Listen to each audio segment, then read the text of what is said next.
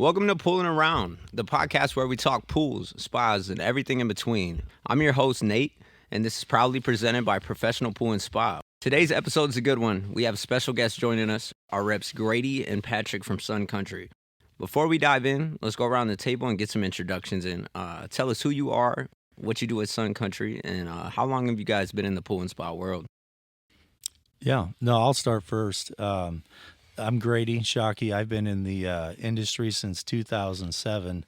I've worked for two companies. I used to work for Pool Corp. I was with them for 15 years, and then recently left Pool Corp in 2021 to come to Sun Country. When I got into the industry, I was fresh out of college. I graduated college in 2000, or graduated high school in 2000. And I had, at the time I graduated high school, I wasn't even sure if I was going to go to college, to be honest with you, And then, next thing I know, I had joined the military, which was a huge jumpstart for my career in general, is, both for college and, ended up being my career after I was done with college. But at the time I got into the military, there was 5 other guys. So a total of 6 of us from my senior class joined the military at the same time, and that's a pretty big deal. We definitely are always very grateful for your service. So yeah, no, I appreciate that. It was a great step for me. But so when 6 guys join, not only does the recruiter get a big fat bonus, which he did, it was a big deal. So since there was 6 guys, they had a Black Hawk helicopter come to. Actually, we started in Kearney, which is 20 miles from where I went to school, which is Elm Creek, Nebraska. That's central Nebraska. And they flew us from the armory in Kearney to the football field in a Black Hawk helicopter, and then they swore us all in at the same time. Oh, really? So, yeah, we had like the command sergeant major of Nebraska waiting for us on the field, and he swore us all in. So that, that was, I started my military career in the National Guard, and then I had a deployment. I had to go to basic training right after high school, and then I had a deployment in 2003 in January. I was deployed for Iraqi freedom, and I got back in 2004 April. So it was about 16 months, and then I went to school and got my degree in industrial distribution, which is kind of a glorified business degree, but when you get a degree like that, they have a great the placement program where they place me right into a job. Yep. And just kind of just happened to be the pool industry. There's multiple. I think it was 100% placement rate for people really? leaving that program. Yeah. Okay. So they had companies come in, and there's 50 different companies set up, and there's only 40 kids graduating or whatever. So there's plenty of companies, and so.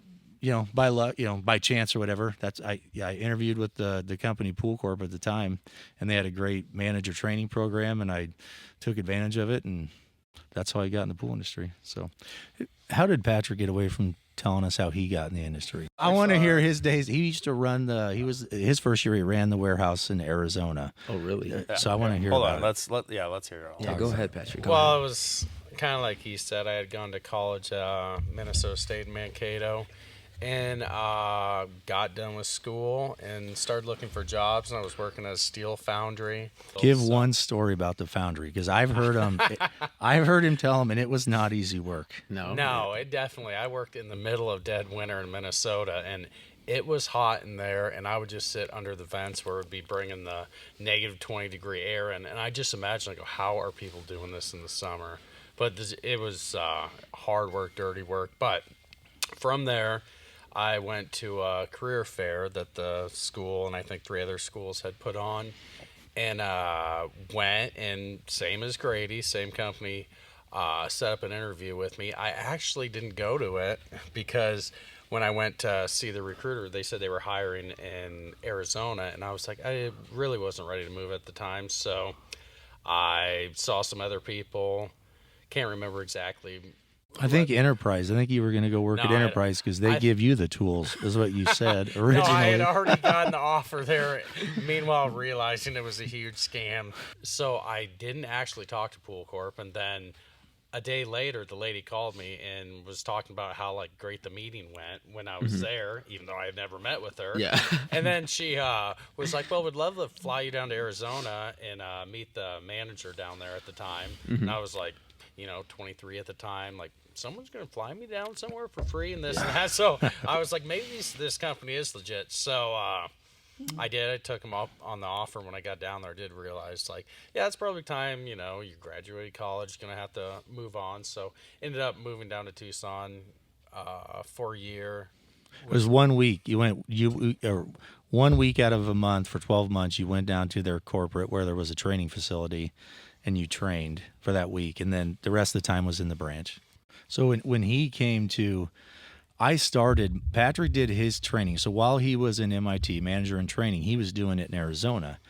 I was doing mine in Omaha, but he was like 6 months ahead of me. So when he moved to Omaha to take the actual job as the salesman, I was there as an MIT. Oh, really? I was in MIT in Omaha when he moved there to When be he the actual transferred. salesman. Okay. Yeah. Gotcha. So Yeah, so I've heard other people in the industry and the other company that you're talking about, especially talking about their MIT program, and it's like, man, I wish I would have done that. And hey, I'm from MIT. Oh, yeah, I never did. Yeah, I get it, manager in training, but hey, I'm MIT here. it didn't take long after you talked to us to realize it's not the real MIT. Yeah. Yeah, no, this is not Goodwill Hunting. Yeah. Sorry. We always Exactly. pull that video up on YouTube. Oh yeah. Different ones, like the bar scenes and stuff. I basically went from, being in college and being a part-time employee at my family's business to, I was, running weeklies even at that point at 16, 17 years old. And then, graduated college and literally went into everything else to, being a service tech and doing liners, auto covers, being the grunt man on our build, being the foreman and everything, and really learning every aspect of the business, and then trying to get in and, learn and run the business more. There's so many aspects to it. Okay, so how did you go from working at Pool Corp to being at Sun Country now? There was just an opportunity that came up. There was a large company at the time called SRS Distribution that they were huge into the roofing siding distribution, and I want to say they probably had 400 and some locations, and they were just getting started in pool. They probably had 10 locations maybe. Okay. When we were approached. Yep. But the story was great. The you just believed in everything they were doing. Like, you listened to them. You heard their story as far as their roofing siding distribution. They did at the time, I think, have 150 landscape distribution locations too, which there's one, half a mile from us Yeah, right now, over there. Yep. here. I was over there yesterday. Yep. So that being Reams, and so we heard the story. We loved it. We met management. A lot of young guys were kind of running that company. The president was 34 years old or something at the time. Oh, So, really? yeah, there was a lot of youth in it. Hey, And- yeah, I'm getting there. I'm yeah, getting there. we loved it. And we were just like, because a lot of times in those bigger companies like that, it's, you need to get those older guys out. So at the time, younger guys like us can step in and start doing more. So, they approached us. It sounded like a great opportunity. And Patrick and I, kind of working as a team, we took it and ran with it. So Could have been a little burnt out on COVID and the craziness of pools we talked about earlier. Yeah. That happened during that swing of when COVID hit, not knowing if anybody was going to be employed, especially not selling a premium product like pools, to within 5 weeks, pools had gone insane. Like someone said at the time, especially during COVID, it was the third most Googled term was swimming pool. Yeah, it's because nobody was leaving their house, period. Yeah. And then you just remember how wild it got to where, like, we had taken pretty much every single item we could sell in the warehouse was either spoken for, sold. We were pulling up scrap things that we thought we would never sell in 50 years, like steel panels, and making pools out of them. So it was fun, but it also just kind of wore us down, I think. Yeah, it was a little crazy. It was definitely crazy. Yeah, and that was an interesting year though for us to, as a business, and as far as like how we learned to adapt with what was happening in the economy at the time and what we had available to us.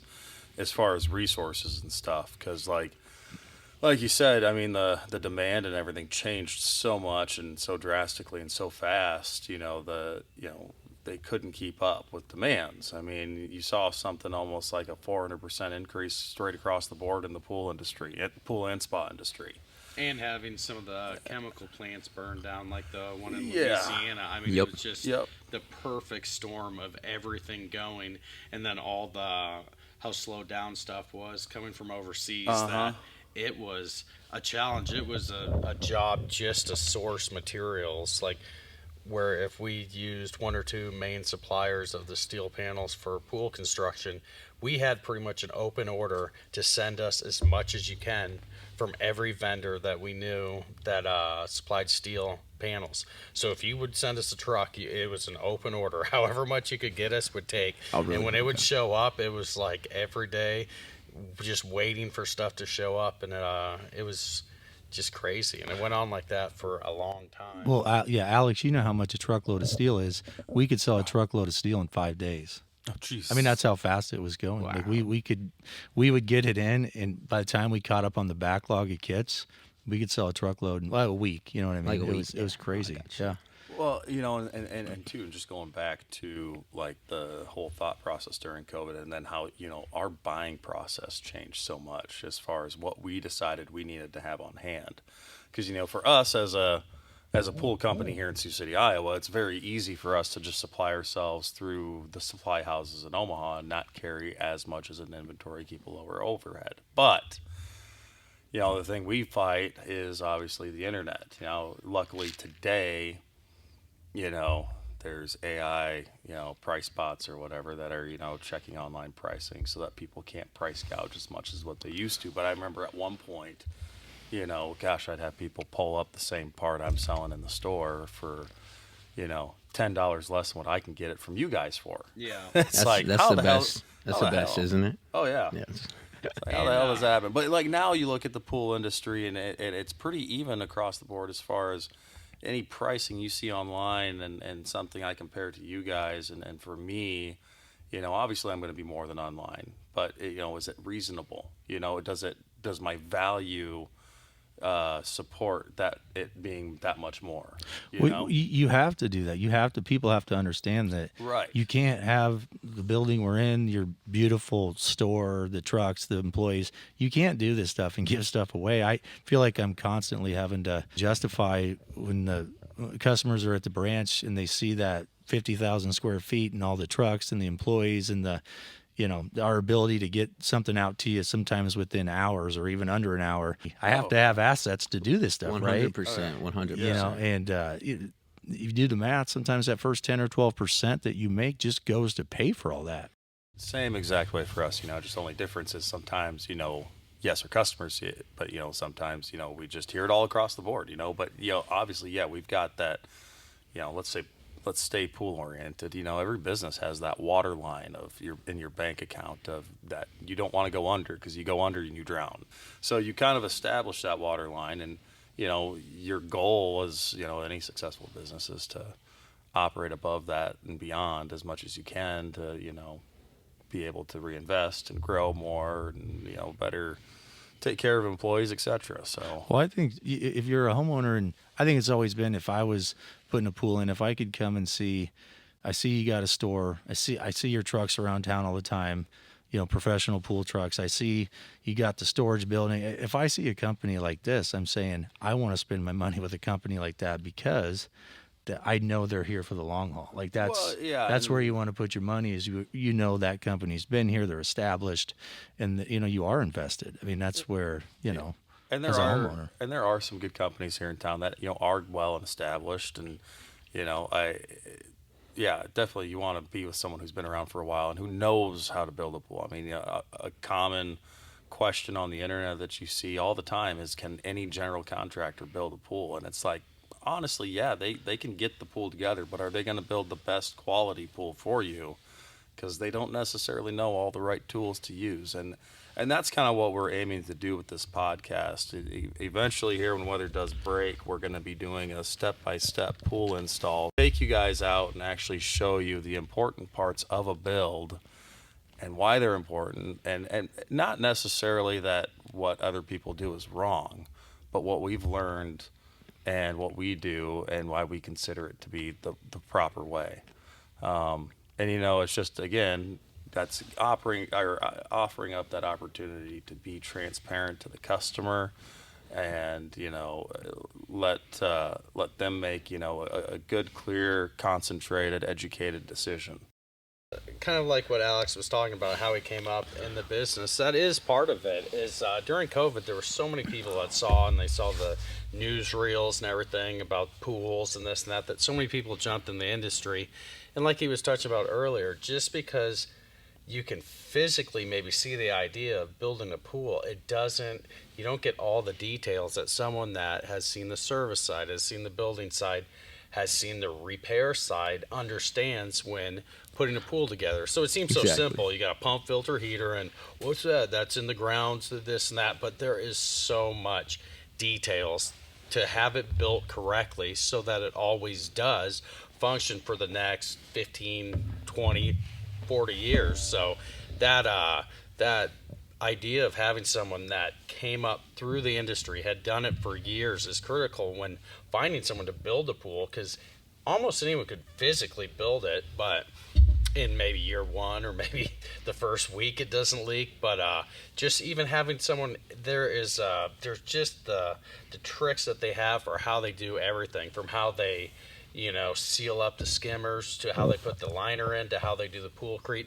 There is a million tricks, and there were so many people during COVID that saw the gist of it from like when they had their pool built, that they're like, well, hell, I could do this too. And then the final product was just, I mean, we see it now when we go out to job sites, but and it still happens to this day, because there was so many people that came into the industry that hadn't fought through it like true, like the veterans. I mean, the guys that have been around.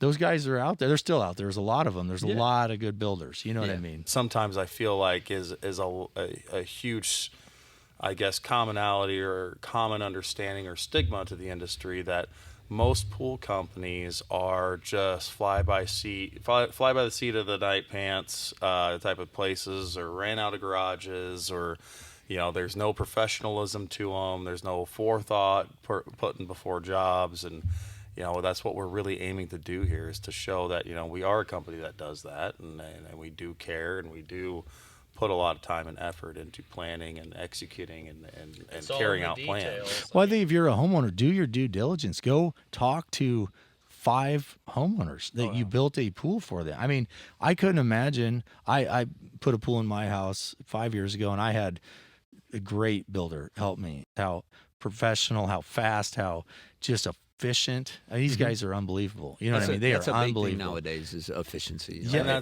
and that's what we're really pushing to do, and that's what we want to do with this this pool build that we're kind of show, is that when we control the timeline and the people on the job site, it is a professional build, and it's quick, concise, and professional. Homeowners also don't understand that dealers have to deal with weather, rain, all the different stuff. Subcontractors, you're waiting on this sub to come. It's not always on just the guy building the pool. There's a lot of different moving parts on a pool build that to be done right, it's worth the wait. But again, do your due diligence. Go talk to 5 people they built a pool for and see how they feel. I mean, why wouldn't you? I mean, I've heard so many horror stories about people putting in pools and it not being measured right, and it being on the property line, too close to the property line. And guess what happens? They got to tear the pool out and start over. Yeah. And I think you see that, not a lot, but I think that happens at times, and it's overlooked as it's just a mishap or whatever. But you got to look at the history, like you guys were saying. Look at the reviews of the company, and look back at it and see what type of business they do run. Do your homework. It's a lot of money. Yeah, that's a lot of money. It's a lot of work. It really is, and. I don't know. I know Sioux City, there's been a lot of pools put in. I know in Omaha, there's been so many pools put in the last 5 years, 6 years, or maybe going back to 2015, 10 years.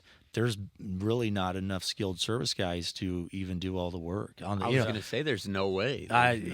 There's a lot of really good skilled service guys, but there's been a lot of pools put in. There's been days where I just feel like overwhelmed a little bit. You know what I mean? Just with how many pools I go to. Well, I can tell you a quick funny story. We're on the topic kind of. Patrick and I don't know if it was probably 4 years ago. A guy asked us to go help measure a liner for him. He wasn't there; it was just him and I. And he said, "Can you measure that?" There's something about it he couldn't quite figure out. So it's just something we always did. We help people out like that. It's how you build, good relationships, trust, whatever. Can't do it, we'll go help them because we know every single thing that can happen on a liner when ordering it. Bad. We know everything to look for to make sure a good fitting liner is ordered because we've seen every problem. And I'm sure there's times that like I call in the spring. I'm like, Grady, there's a problem, and he's like, okay, Alex, did you check this?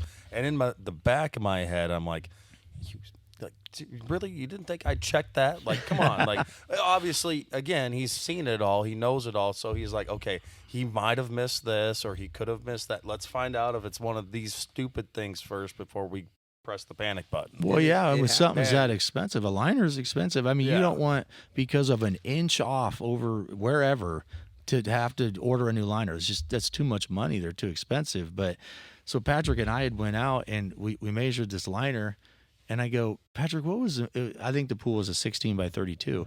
And I go, what was the measurement on that other long wall? And he said, 32. And I go, well, this one's 33.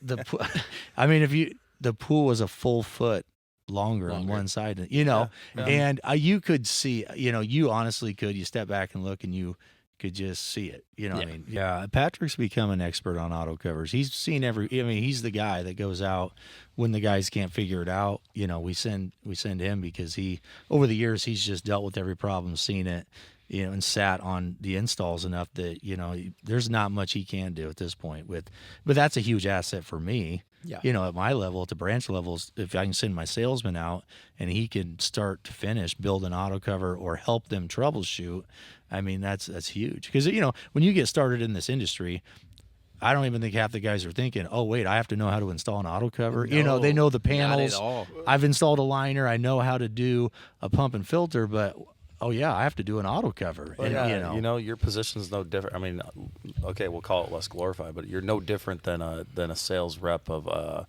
medical devices. A sales rep for a medical device that's pushing a new product that goes into a doctor's office and a plastic surgery center and says, hey, I've got this new hip that is just great.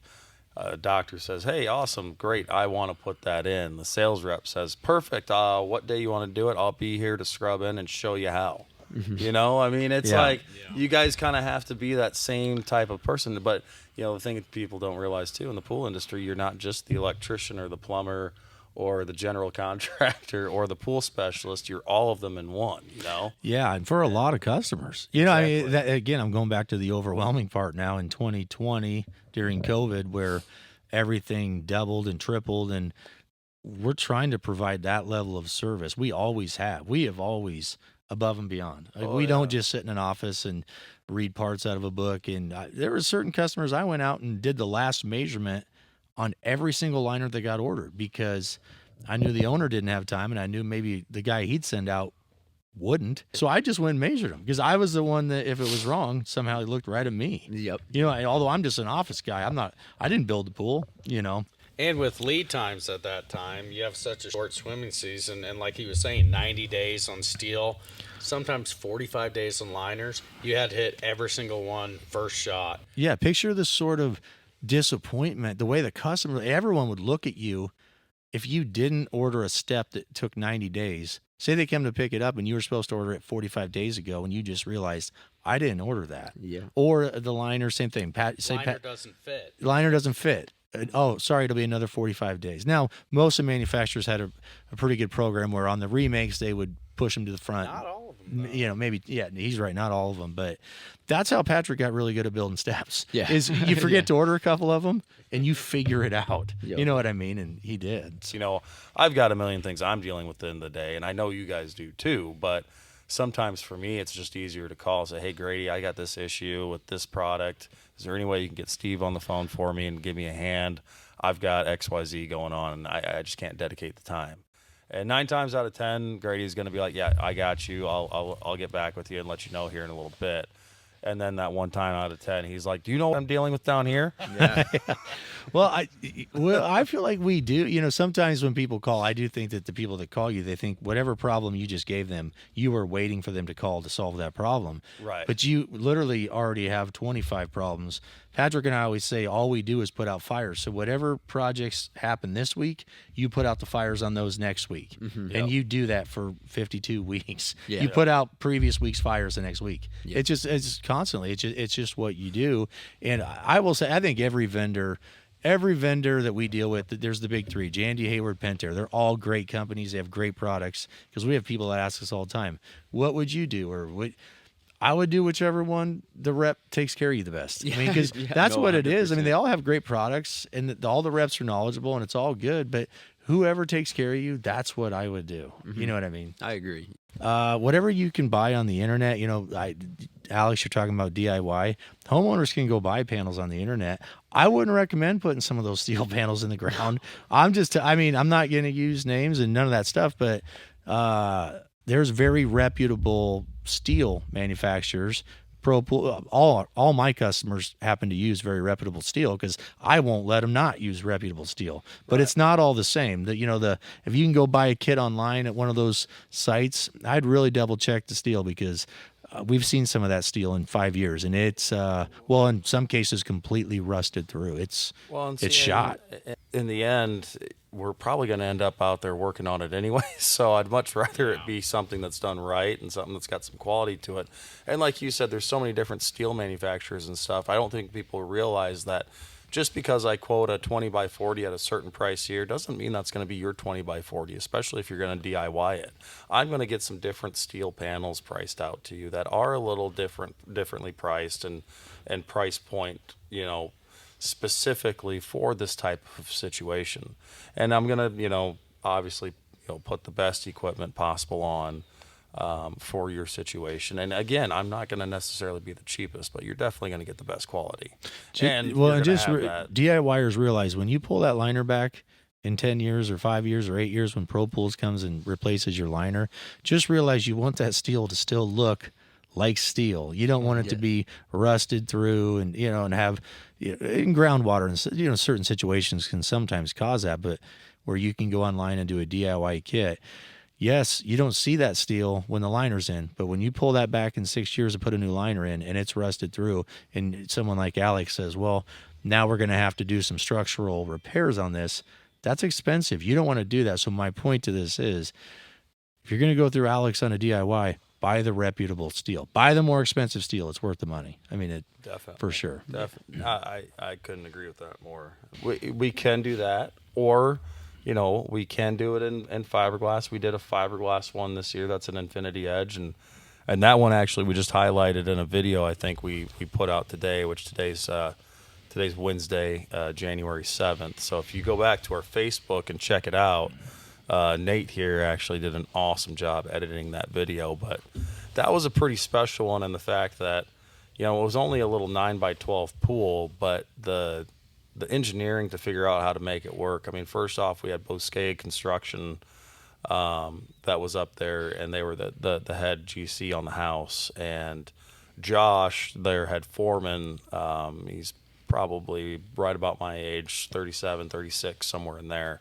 But he's just, such a professional for his age, and, his ability to, see and envision things with, just short talks and short explanations and not having to go into great detail. It was so efficient and effective. He just made that whole build process great because, again, I mean, when the homeowner came in to tell me what he wanted, it's like I can't even begin to fathom what we've got to do to make this work. Wow, that build is incredible. They took the pool over on a barge across Lake Okoboji, right? That came on a barge. Yep, that's the one. So yeah, the it was actually the homeowner's son drove the pool up with us. He threw it on one of their trailers because they're family company. They sell small utility trailers all the way up to 53-foot tractor trailers, and then they do the cooling systems in them and stuff. So one of their sons actually drove the pool up, and we got there, and the company that used the barge is actually something that our owners have some interest into. It's so Nancy and Dean, our owners, her brother Irving recently bought Dam Bomb Engineering up in Okoboji, and so obviously, some family businesses here. So I kind of figured, hey, I've got some interest here in both spots. So we had a couple, tentative plans on getting the pool over there to the house, because our biggest constraint was that we could not get the pool around on either side because of the space restrictions between the homes. I mean, between each home, we only had maybe 10 feet. So then you're talking about squeezing a 9-foot by 12-foot pool through those small spaces, and then not hitting the house or anything like that.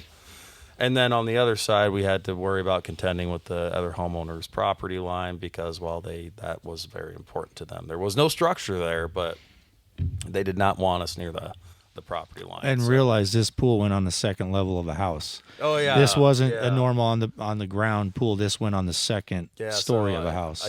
But this thing also has a privacy wall that has a 6-foot sheer fall waterfall in it that's lit.